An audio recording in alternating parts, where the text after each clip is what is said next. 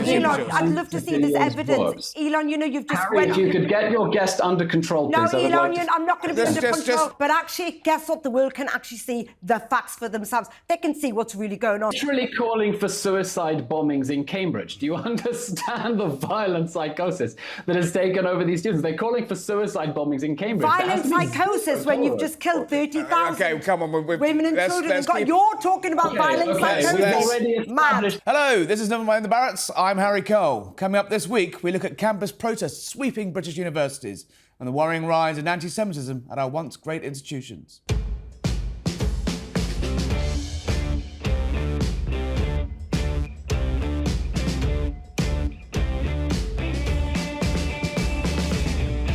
Joining me now is former Israeli government spokesman Eylon Levy and broadcaster and commentator Narinder Kaur, who says Britain and the UK have given Netanyahu the green light. Completely given him the green light. We all know that, though. It's becoming a bit of a tired, repetitive argument that, do you condemn Hamas? It's becoming really tedious because what's happening in Gaza right now is an absolute disgrace. And it was always a disgrace from October the 7th onwards. It was always a disgrace what was going on there. But only now the world's waking up. Narinder, hold that thought. We're going to speak to Eylon briefly about what is exactly going on the ground. Eylon, how are you? I'm all right, apart from the fact we're still 7 months into a war and we still have 132 refugees who are still trapped in Gaza. Overnight, we've seen that Biden has started to pause arms shipments to Israel. Is that not a bit of a warning sign about the strength of that alliance? It's an incredibly disturbing step. What Israel needs right now is its Western allies to keep up pressure on Hamas to release the hostages, and just as importantly, to keep up pressure on Hezbollah, another Iranian proxy that has been firing rockets at northern Israel for 7 months now, forcing the evacuation of tens of thousands of people. We need our Western allies to make clear that we stand firm together in the face of Iranian. Hold on, Narinder. I will bring you in a moment. But how can Eylon? How on earth can you sit there and say, "Oh, we need our Western allies. We need their hostages"? Netanyahu he's just not agreed to the ceasefire. He's just said no to having the hostages released. And you're sat there saying, we need the hostages back. He's just failed in getting the hostages back. He just wants to go in and kill more. Whoa. What are you on about? No, that's not true. There was a framework. It's not true. Let Eylon come back on that. That's quite a charge. On the table. There was a framework on the table that would see Israel receive 33 live hostages back in exchange for a pause in the fighting. What Hamas did the other day was put a counter-offer in which it told Israel, we're not giving you back live hostages. We're going to give you 33 hostages, alive or dead. And as much as Israel is committed to getting all of those hostages back for a dignified burial so their families can have that closure, Israel is not going to be bought off at this stage with the corpses of the hostages Hamas has been. You don't know that. I think that's. I'd like to see evidence of you saying that. I don't think that's correct. The fact is, Netanyahu did not agree to this. That was the terms of the deal, dead or alive. But we know that over 30 hostages. So therefore, if it was dead or alive, you just want to go in and bombard Rafah. The only place that the hostages, children are sat there. The only place they've got nowhere else to run. Eylon, there's nowhere else to hide. I'd like to answer your question if you would like to get your guest under control. Israel has two goals in this war. First is to make sure that Hamas can never again perpetrate an atrocity like it did on October 7th, when it invaded and burned whole families alive, reduced them to human ash, and committed barbaric acts of gang rape, and disappeared back into the Gaza Strip with 253 hostages. Enough, that will not happen again. And the second is to get those poor hostages back, because we know that they are being starved and tortured and executed and raped in captivity. And we already have one survivor of Hamas captivity who has very bravely testified to the New York Times about how she was sexually abused and molested in captivity. And many of the other hostages have said the same. I mean, I'm tearing my hair out that people do not understand that right now, Hamas has been holding Israeli women as sex slaves in its dungeons for the past 7 months. And Israel is now putting military pressure on Hamas to release those hostages and will continue with its campaign to make sure that Hamas can never, ever perpetrate such barbaric atrocities ever again. Eylon, you can continue these. We're gonna move on briefly. I promise I'll come back to you. Believe me, we're gonna have this conversation. But I just want to talk to Eylon briefly about what the plan is in Rafah. What it is, what is the end game? Is this, the final act of what you imagine the war to be, or is this just opening another front in a seamlessly never-ending operation? Well, the reason that we've reached Rafah right now is that over the last 7 months, the Israeli army has been able to destroy most of Hamas's terrorist machine. It started with 24 battalions. There are 4 now standing in Rafah. What it did the other day was a precise operation to take over the Rafah crossing. 1, the crossing through which Hamas has been smuggling weapons. 2, the crossing through which Hamas has been commandeering and hijacking humanitarian aid. And 3, here's the thing that really makes my blood boil. The area from which Hamas fired rockets at the Kerem Shalom humanitarian aid crossing, the main lifeline into Gaza from Israel, killing 4 Israeli soldiers. They were killed because Hamas started bombing the main humanitarian crossing into the Gaza Strip. And Israel has made clear that this war will end with Hamas removed from power and its military machine shattered. And that's why it's moving into Rafah. What timescale would you put on the operation? It's very difficult to tell. Israel is proceeding with caution because, in line with concerns of the international community, it wants to evacuate civilians from harm's way.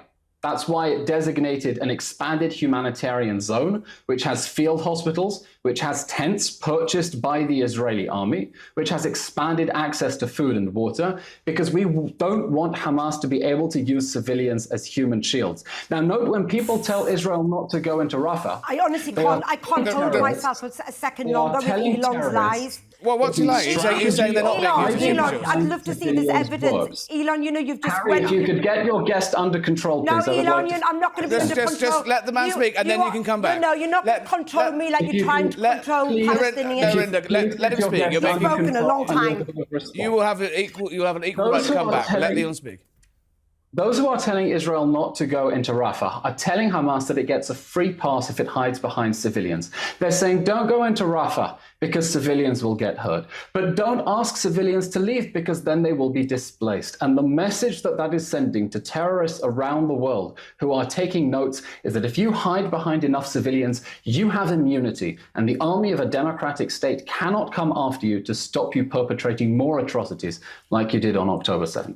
Please, hold that thought. You made some pretty incendiary allegations there that he was lying. These are allegations. How are you sat there, Harry? Well, what evidence do you have that they're not using? All these allegations. I want to see evidence of these sex dungeons and all these things that you say, Eylon. So you're saying you don't believe the women... You go on telly, let me speak to Eylon. You go on telly, you do all these, you come up with these wild accusations and wild things that you say. And guess what, Eylon? The world isn't listening a second longer. The world doesn't care for your lies any longer. You're saying, should I tell you what they care about? 30,000 people dead on a very simple point. 17,000 children made into orphans. Stop with your lies. We don't care. Narendra, yes, you're saying that you do not believe women who have been rescued and said that hostages are being treated to rape and sexual assault. You don't believe them. I'm saying that these kind of things are exaggerated so much. What I'm saying is, listen, should I tell you what I care about? The charred bodies of children that I'm seeing coming out on social media. I care about children being treated like dogs, eating animal feed. How dare Eylon sit there and say, oh, well, Hamas will just carry on. Guess what? Have you captured Hamas? Will you stop Hamas? Will you stop? Well, will Israel stop their next Eylon on your show? Let the man speak. You've had more than your fair. 45 seconds. Eylon, are you still there? The United Nations, hardly my favorite source of information. Their rapporteur came to Israel and said there is clear and convincing evidence that hostages are being submitted to sexual torture and rape in Gaza right now. Brave Amit Sousa, one of the first hostages who was released in the first deal, very bravely told the New York Times, and you're welcome to read the article yourself, how she was molested in captivity. We have hostages who come out who report seeing women being sexually abused at gunpoint. It's worse than that. They say that Hamas is dressing up the women like dolls, doing whatever they want with them, and they're doing the same with the men. The only difference is the men can't get pregnant. The testimonies are even more chilling. We have survivors of Hamas captivity who are telling us that women are skipping their periods. And they can only hope that it's the body's response to not get pregnant rather than the horrific possibility that there are Israeli women in Gaza right now who are 7 months pregnant. And if anyone thinks that Israel is going to stop in its efforts to put military pressure on the terror organization that burned families alive on October 7th to get those hostages back, they are sorely mistaken and their moral compass is irrevocably broken. Lorinda, I mean, there's pretty compelling evidence there. You're disagreeing with the UN, the New York Times? Who are you disagreeing with? Look, you can bring out evidence and stats all day long. That's kind of the game we're in, right? You can do that all day long. But actually, guess what? The world can actually see the facts for themselves. They can see what's really going on. And you know what? No one is sitting here defending what Hamas are doing. But at the end of the day, you are just breeding the next terrorist generation. And guess what? Tel Aviv are in protest. Let me finish. I haven't even had one word. He has not stopped. You don't stop, Eylon. The fact is, your own Israeli people in Tel Aviv are protesting themselves. The hostages... It's a democracy. You can't protest in Gaza, can they? Hostages' families themselves have gone to Netanyahu and said, accept this deal. You haven't accepted the deal because guess what? You don't actually care about the hostages. You do not care. You just want a genocide. You want ethnic cleansing. Okay. That's what you want. That's a fact. Eylon, you're rolling your eyes. It's a damn good thing that hostage families are protesting because in a democracy they should put every pressure they can. They're telling you to stop. They're saying enough's enough. They want to get live hostages back first. By killing 30,000 people. By killing 30,000. Doesn't make sense, Eylon. You can come back in a second. The math doesn't add up. The come on, you're shouting at each other. And rape them further. The families are all committed to getting the dead hostages back for dignified burial, but you will not find one that will accept a deal for dead bodies to be returned in exchange for a pause to the military pressure on Hamas. And on that, Israeli society is united. We are going to get the hostages back, and we're going to prioritize the live ones because there is no time left for them. Eylon, stay there for a sec. Lorinda, last word before we go to break. Honestly, there's no point arguing with somebody who just lies and just brings out, the world doesn't care anymore, honestly. The world cares about children. The world cares there's 17,000 orphans and they're feeding themselves on animal livestock. I mean, that's what people care about. Let's cool it for a second. We'll have more in a moment. I'm Harry Kolb. This is Never Mind the Ballots.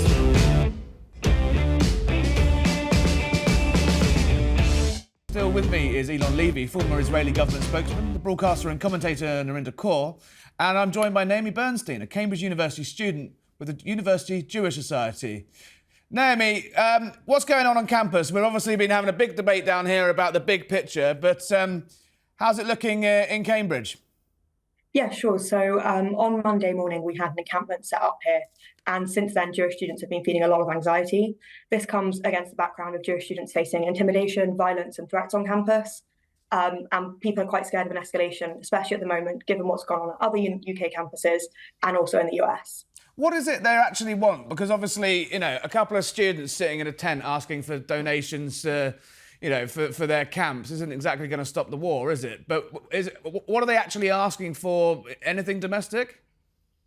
Sure, yeah. So they're asking for the university to disclose their connections to the Israeli government and to companies funding what they perceive to be a genocide in Gaza. They're also asking for them to then divest from those companies and to reinvest in education for Palestinian academics and providing a safe space for them in the UK. And do you think the university are going to... what are the universities saying? The university released a statement last night which just reinforced welfare and a commitment to defending against all forms of racism, including anti-Semitism and Islamophobia. And you don't think that went... Obviously, you don't think that went far enough. I mean, the Jewish Society isn't a political society, so we don't have an opinion on the protests per se. What we are doing is looking out for Jewish welfare and trying to ease the anxieties, and we're working with the university to ensure that there is sufficient security and welfare measures to ensure that Jewish students are safe at the moment. Have you personally experienced anti-Semitism on campus in the wake of all this? Unfortunately so. I've had a few uncomfortable comments from friends. I've been very lucky that because I'm not visibly Jewish, it's not really come from anybody random in the street. But that is existing. That does go on at Cambridge. Just yesterday morning, we did have 2 students called pigs in the street. But that is, I would say, a rarity, thankfully.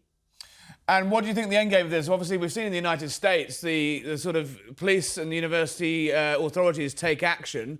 Doesn't feel to me like that's really going to be, something we do here? I mean, at the moment, the encampment and all the protests have been entirely peaceful, so there'll be no need for police action, and hopefully it'll stay that way.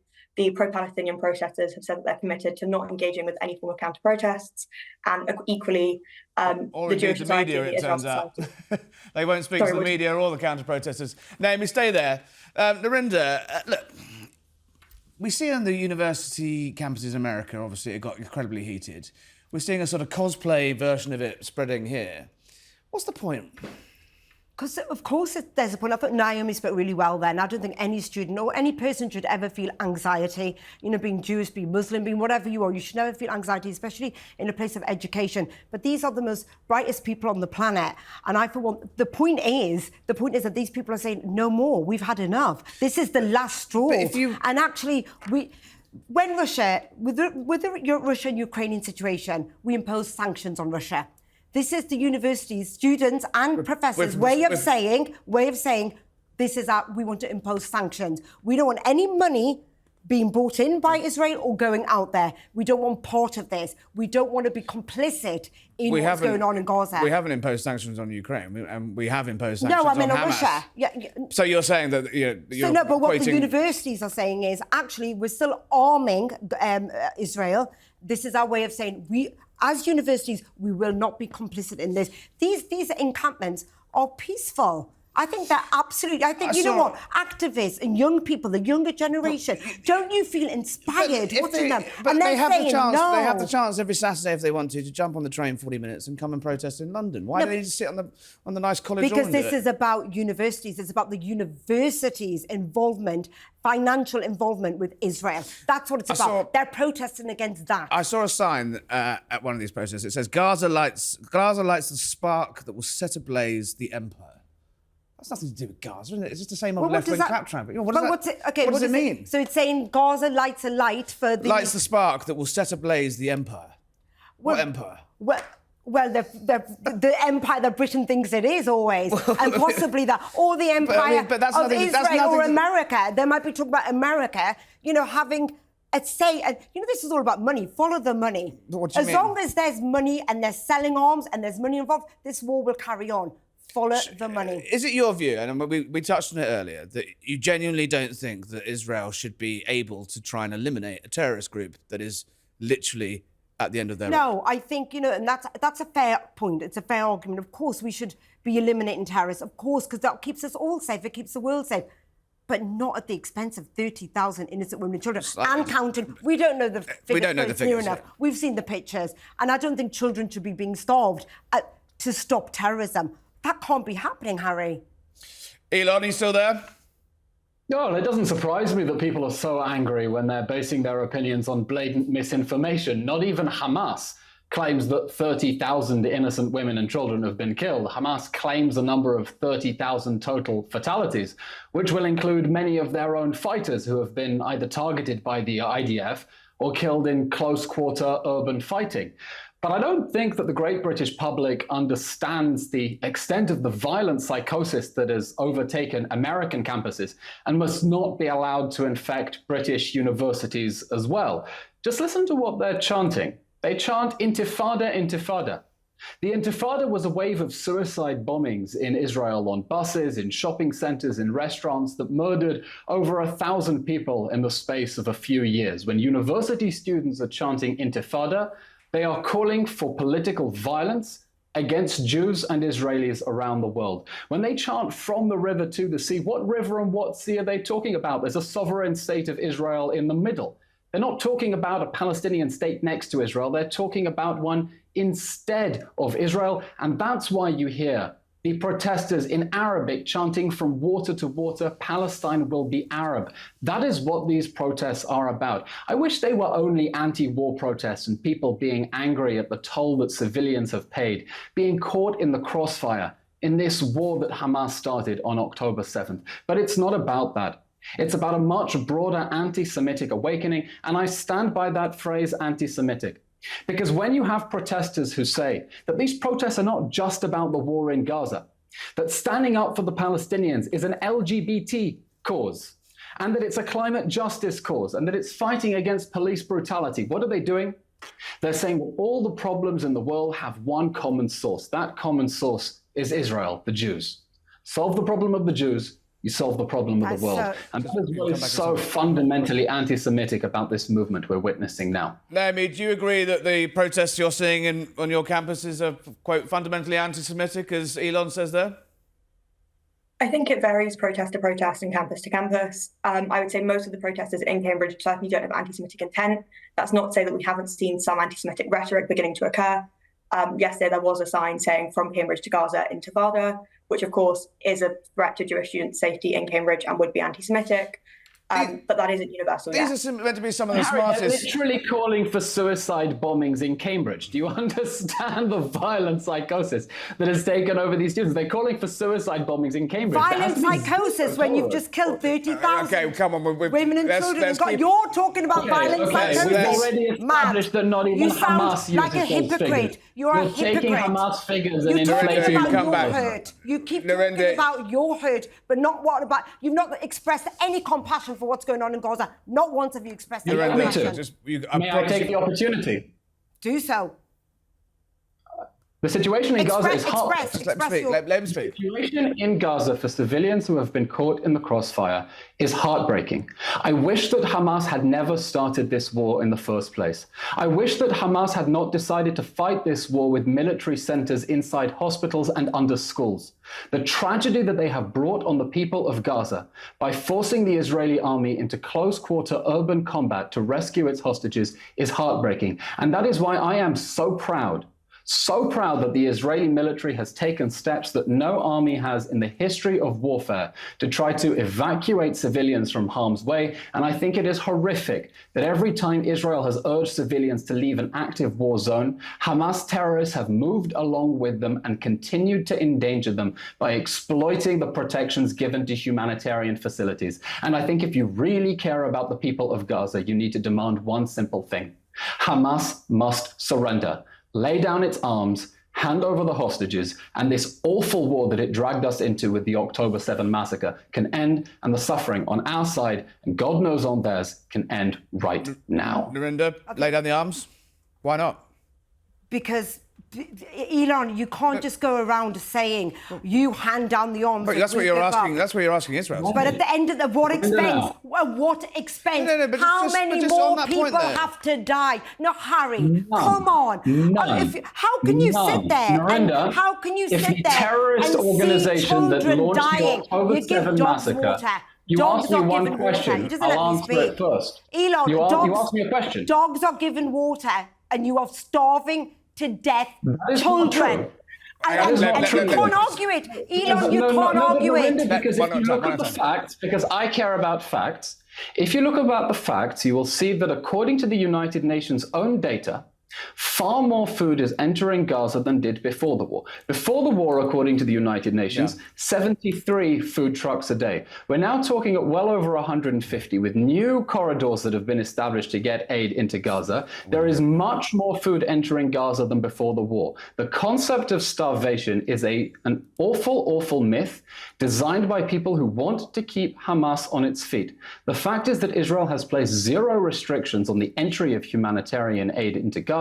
And that is why we have seen over 500,000 tons of humanitarian aid enter Gaza since the October 7 massacre. Eylon, Your military we're gonna wrap up. We're gonna wrap up. You two are not gonna agree. I think we can see that. I want to give the final word to Naomi. Naomi, what's your solution to this? What would you like to see? And obviously, this argument is live. It's raw. It's getting pretty nasty. How do you see it? How do you see this being resolved? I mean, internationally, I have no idea. What about on your nice posh lawns at your Cambridge College?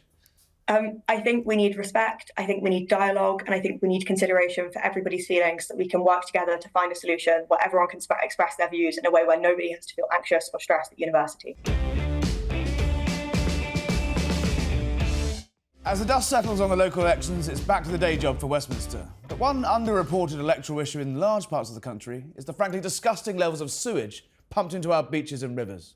With Thames Water teetering on the brink of bankruptcy and a possible £15 billion black hole heading onto the government's balance sheets, the shit might be hitting the fan somewhere else soon. And the man who will be in charge of mopping all that up could be Steve Reid. Labour Shadow Environment Secretary, welcome to Never Mind the Ballots. Be with you. You got the messiest job in the shadow cabinet, haven't you? Well, it's one of many messes that I think we're going to have to clean up if we're lucky enough to get elected, Harry. We've got rivers full of sewage, you've got a Victoria sewage system overflowing, water bosses paying massive dividends to foreign pension fund, Thames Water parent company about to go bust. Where are you going to start clearing this up? I mean, first off, people are absolutely furious about this, as you were saying in your introduction. I've just, in the run-up to the local elections, which of course was last week, I've been on a sewage tour around the country, such is the glamour of politics. But people really care about this because their local rivers, their local lakes, coastal towns, on beaches, everything is full of sewage now. I went to a beach down in Bournemouth where they'd actually closed the beach because there was so much sewage in the sea, and there were people down there wondering why they'd come if you can't even get in the water anymore. This is not a problem we used to have in this country. We've got the highest levels of sewage in our water ever recorded, and people really want it cleaned up. How did we get into this mess, though? Literally a mess, because, what are the options, really? Where is this stuff meant to go?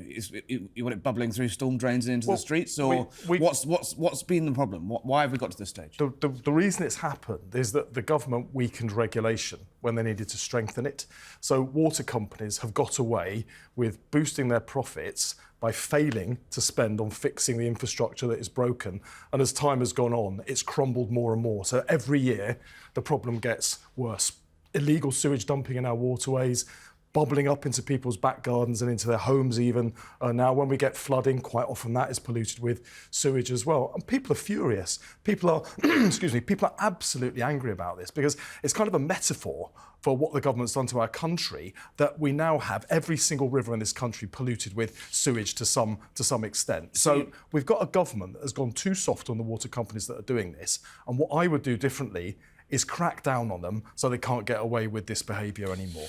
So Ofwat, the regulator, you say is toothless, too weak, not enough. They don't have the powers. They don't have the powers that they need. I mean, it should have never been the case that water companies could borrow billions of pounds to pay out in dividends. It's shocking that was ever allowed. That money should have been spent on fixing the broken infrastructure. So to focus the minds of the water bosses who are responsible to this, two things we can do. First of all, we'll ban the payment of bonuses to water bosses. Unbelievably, despite what we're discussing, despite what they've done, they paid themselves £25 million in bonuses since the last general election, despite presiding over failure like that. Secondly, there has to be accountability in the system. So we will make the water bosses personally criminally liable for illegal discharges of sewage so that they face the full force of the law if they continue to allow our waterways to be polluted. What do you mean by the full force of the law? Because there was a big row about tech bosses being criminally liable for filth, to use a better word, on their platforms.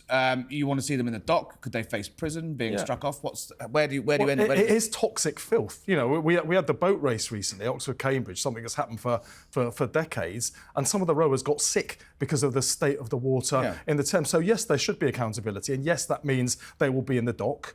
And held to account in court if they allow activity, which it is illegal to do what they're doing, and yet they continue. Lots of our readers would literally like to see water bosses banged up. Is that something you would back? What I would like to see, actually, is the water bosses not banged up, because I'd like the threat of it to focus on cleaning up our water. For me, that's the priority. We can't go on getting the water more and more polluted every year. It's damaging tourism, it's making kids sick. Parents are worried about taking their children to the beach. I mean, I'll tell you a horrible little graphic example, but we now have on many of our beaches, Harry, something called sewage tomatoes.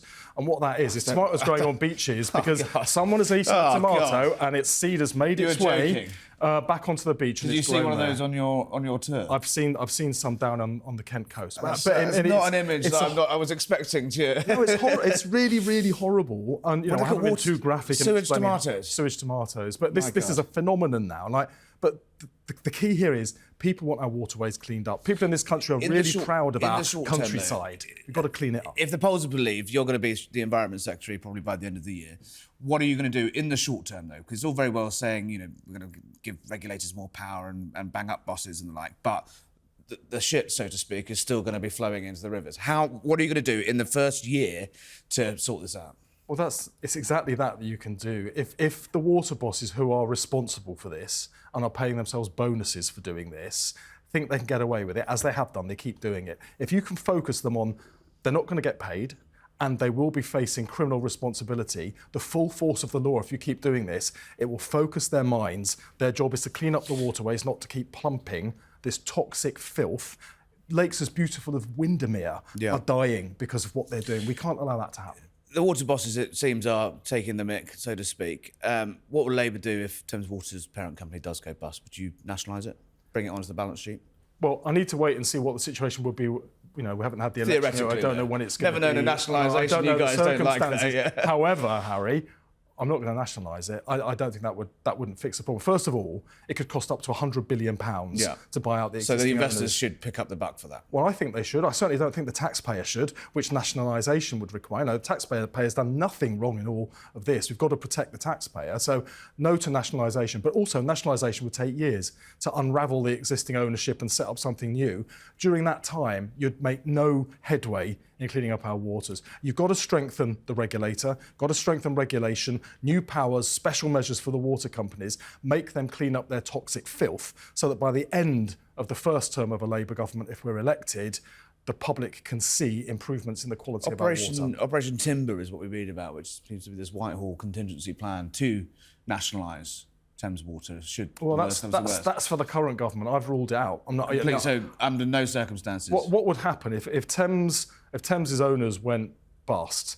Then Thames would be put into special administration. Now, what that would mean would depend on the circumstances at the time, and I can't predict that this far ahead. There's a bit of an air war going on between the regulator and Thames at the moment as they try to sort of lay out their case for what needs to happen next. I'll need to see the circumstances at the time of a general election. But key to this is I'm not going to allow what I think has been far too cosy relationship between the government and the water companies to continue. We have to take on vested interests. So they're on notice then? If this government had taken on vested interests, the water would not be in the state. Isn't that the problem that this country has, though, is that there's so many regulators and there's so little ministerial accountability and there's so much sort of, funny business with dividends flying off the Canadian pension funds, and actually no one's actually really in charge or really to blame because they can all blame each other. I mean, the ownership... How are you going to sort that out? The ownership structures for something like Thames are very complex. Yeah, and we have to, part of the regulatory changes, we have to be much clearer about financial viability of water companies. They are running major utilities. We need water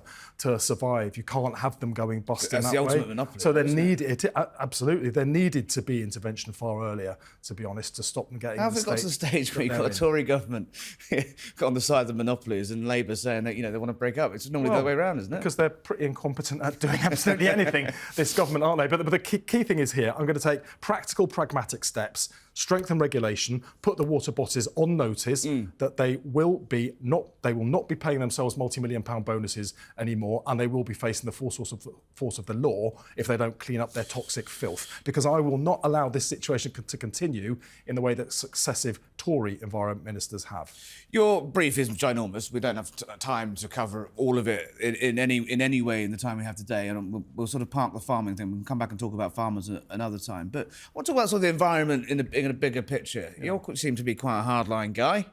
No nonsense there.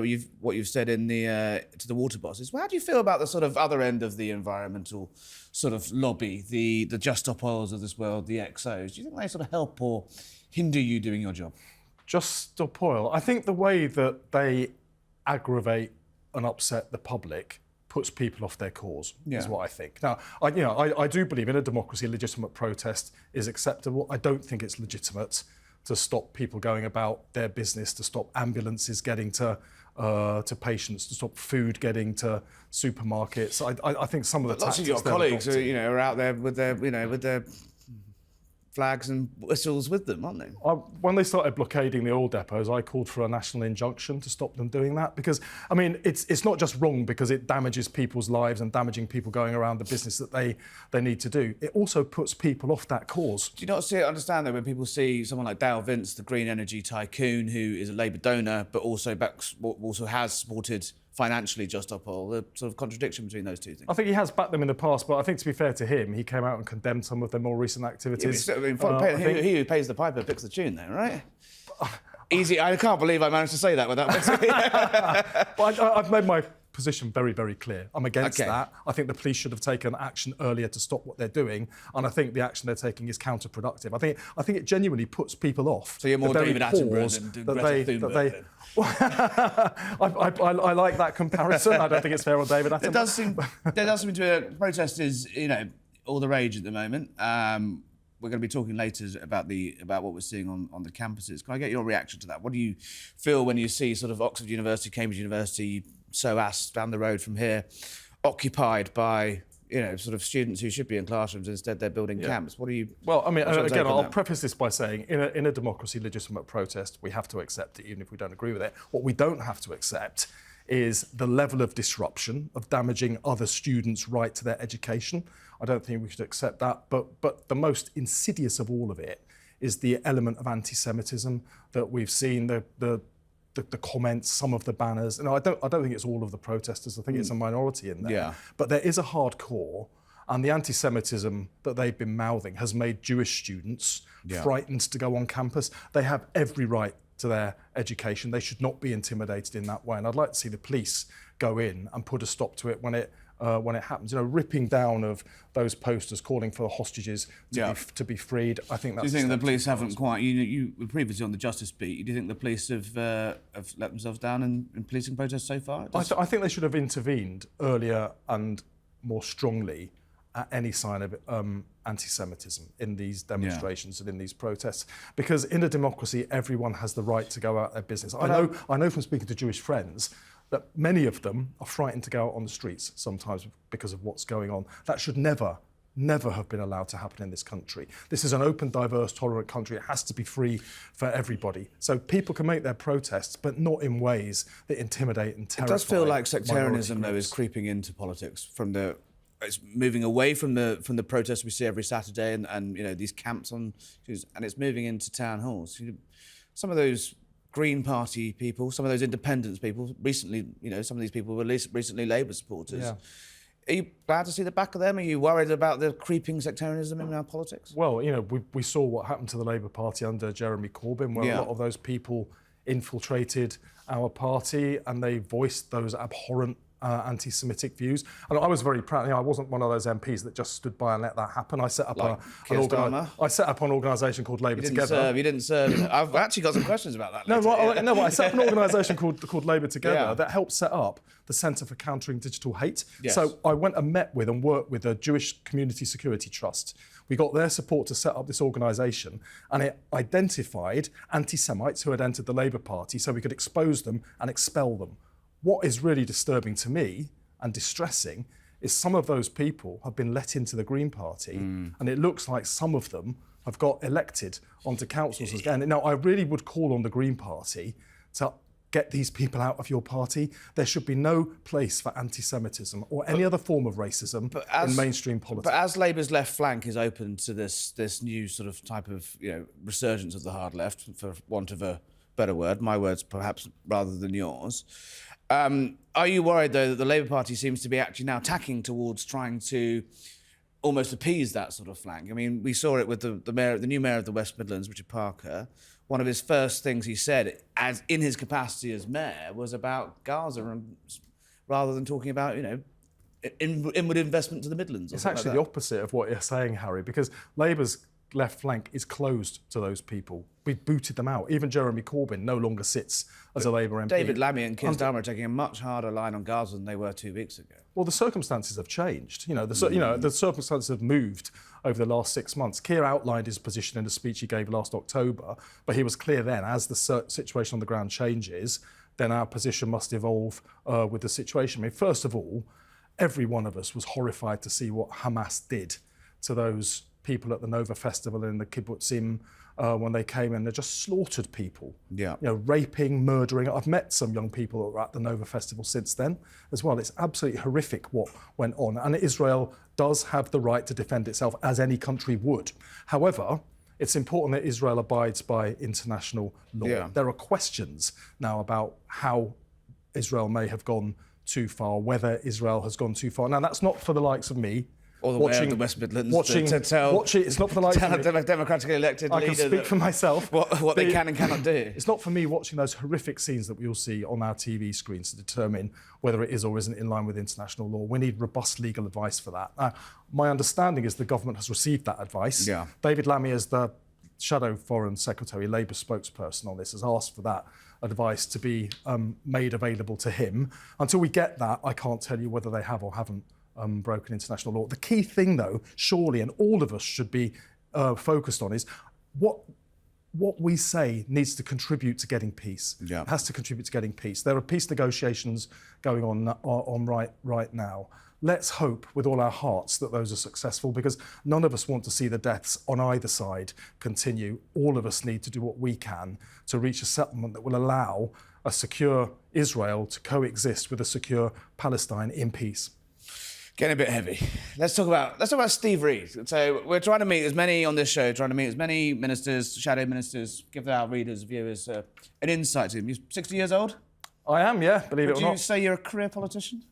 Well, I was a publisher for 18 years before I was involved in all right, politics. Very good. So, all right, but you've been a long political career in local government, and then you've come up. Yeah, well, I got elected as a councillor when I was working in publishing, and then one thing led to another. You're pretty close to the Keir project, right? You're talking about your I'm in the shadow cabinet. No, but even before then, even before Keir was Keir, you were working with Labour together and I set Labour together up. With Morgan McSweeney. Yeah, that's right. So he's a sort of Svengali behind the scenes now. We sort of read 6,000 word profiles of him now. So is he the journalist doing that? Is he the Tom Cummings of the Labour Party? Morgan is I think one of the most talented campaigners in the country. He was my chief of staff when I was the leader of Lambeth Council. He was director of Labour together after we set it up. Now, of course, he's leading the campaign for the Labour Party. And you saw this weekend our best results in a set of local elections for 40 years. So I think Morgan's doing a remarkable job. If you were reforming the Labour Party before, when Starmer was still sitting next to Jeremy Corbyn in the shadow cabinet, didn't you fancy a tilt of the job? No.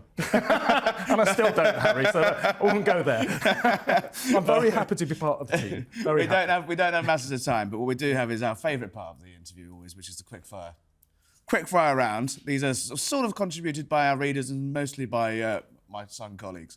Right. What 3 things do you personally do to help the environment on a daily basis? On a daily basis, I recycle my food waste. In the garden, I've planted some wildflowers. I got some. Oh, nice. Yeah, get the bees in. To get the bees in. What's the third thing that I do? There's 2. Therese Coffee only managed one, so you're on your way. Clarkson's Farm or Country Farm? I've never watched either. Oh, I'm really sorry, I mean, because we sat late in Parliament, aren't we? I don't get much time to watch. I've been catching up on Curb Your Enthusiasm, to be honest. Fair enough, that is good. Yeah. Jeremy Clarkson or Ed Miliband? Well, I know Ed, and I don't know Jeremy, and I'll hear. But where they come from in terms of their environmental, stance. Well, again, I know Ed, I don't know Jeremy. I know Jeremy's very entertaining, but Ed's. Have you ever run through a field of wheat in the style of Theresa May? I hope I've never done anything in the style of Theresa May, but not run through Wheelfield. What is the naughtiest thing that you've ever done? The famous Theresa May question. The naughtiest thing that I've ever done, I did get stopped for going over 20 miles an hour. See, this is Sadiq Khan's London, isn't it? You can't do anything. Well, it was up in Finchley. It had always been 30. I go that route at Loxham up to my mum's, and it had switched to 20. I was doing 24. What's a night out with Steve Reed look like? It probably means going up to one of the pubs at the Triangle in Crystal A Palace. sewage tour. Sewage tour is part of the job, and it's an important part of the job. But to relax, I go with friends up to I live in Crystal Palace. There's some lovely pubs up there, and I like to support those local businesses. So you're more of an urban man than a rural man. You're not Well, I live in London. I live in Crystal Palace. Yeah, so but like everyone else, I love the countryside. Yeah. So my question from a farmer, which I said, what would you like? I put it out there to my farmer friend. He said, what would you like to ask the next Shadow Environment Secretary? He said, have you ever been cow tipping? Cow tipping? No, I've not been cow tipping. All right, I visited a lot of farms. You heard it here first. Final question. I'm just going to ask you this one because I ask everyone that comes through from the Labour side. It baffles me slightly.